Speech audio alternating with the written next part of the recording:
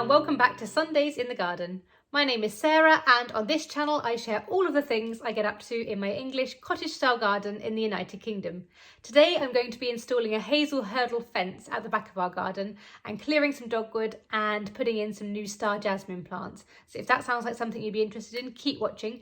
I also share weekly gardening vlogs, jobs to do at different months of the year and seeds to sow at different times. So if that sounds like something you'd be interested in, please consider subscribing so you stay up to date with all of those jobs. And let's get started. This is the dogwood that I'm going to cut back. Unfortunately, it looks like it is dying, so we'll have a look at that once I start to dig it out. But it's not looking great. It used to provide a beautiful screen across here, but it has all since died back and not looking great. This is the beautiful hazel hurdle fence which we got from Primrose, the UK's leading online garden centre. Not an advert, just one we found. Really pleased with it. It came really quickly and is great quality. So first job is to clear this area. As it was all in such bad condition, it didn't take me too long at all.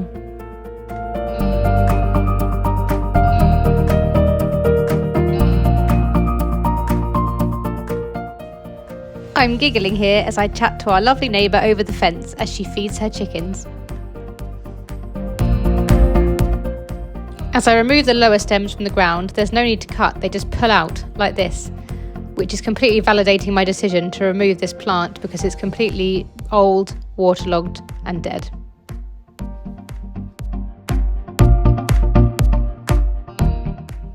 Finished cutting, and now just the small job of clearing up all these sticks.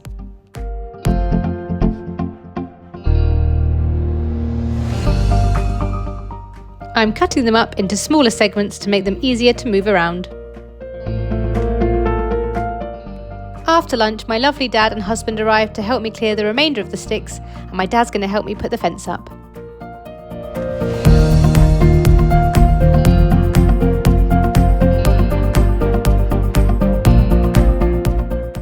With lots of laughter along the way, we dug out the remaining roots, and then it was time to clear the area ready for the fence poles.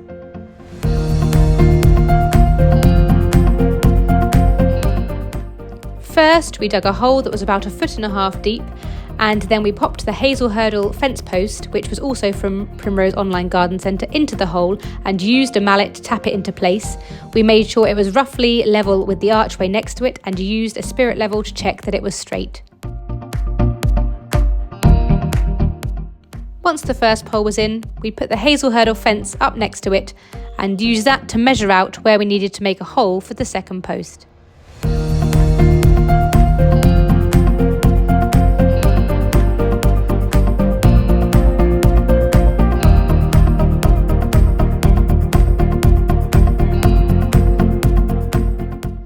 Once the second fence pole was in, it was time to secure them in place. For this job, I used Blue Circle postcrete, which I got from B&Q, a DIY store in the UK. For this particular product, the instructions are to fill a hole with 1/3 of water and then tip in your bag of postcrete, but make sure you follow the instructions carefully on whichever product you choose to use.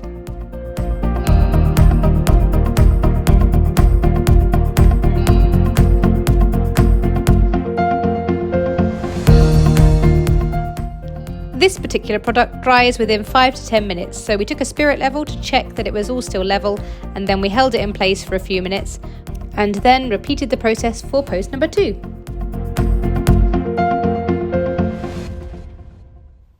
After a quick tea break and a natter while we waited for the postcrete to set, it was time for the final steps. Step 1, fill up the post hole with soil to bring it all back up to ground level.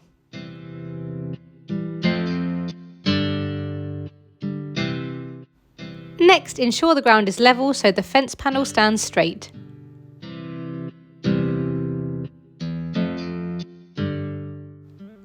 Bring the fence panel back in, and then really take your time now to make sure you're happy with where it's going to sit before you tie it in. Stand back and take a look at it from all different angles to make sure you're really happy with what the final result is going to be, and make sure that it's evenly spaced between the two fence posts.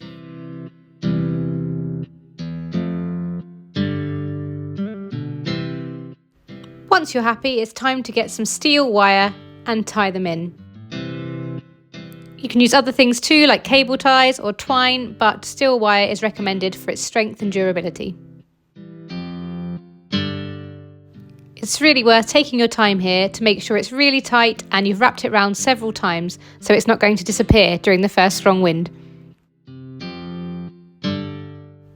Finally, take some wire cutters and remove any excess, making sure you tuck it in really securely so you're not going to get scratched if you're working in this area.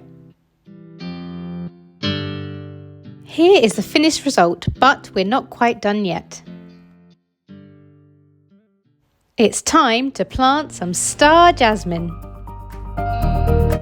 This vigorous evergreen climber can reach 9 metres in height, is extremely fast growing and has beautiful fragrant white flowers in the summer, which is perfect next to any seating area.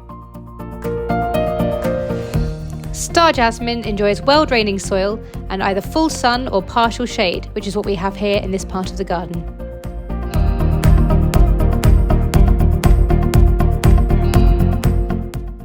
First, I've dug a hole about the size of the root ball in the pot, and then I'm filling the hole with lots of grit because this will help with the drainage for these new roots so they can get well established.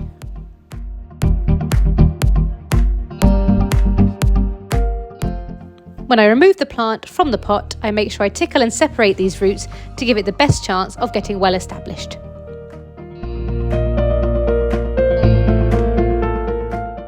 I then pop it in the hole and press it down, making sure those roots have got plenty of space to move out. Position it against the fence so that I'm happy with where it's going to sit, and then bring the soil back around it. I bring in even more grit to help support drainage and then firm up the soil around the plant. As I'm planting in late autumn, my final step today is to cover the ground around the base of the plant with some mulch. This will help to keep those new roots nice and warm during the colder months ahead. If it gets really cold this winter, I've also got some garden fleece which I can wrap around these leaves to keep them protected in their first growing season.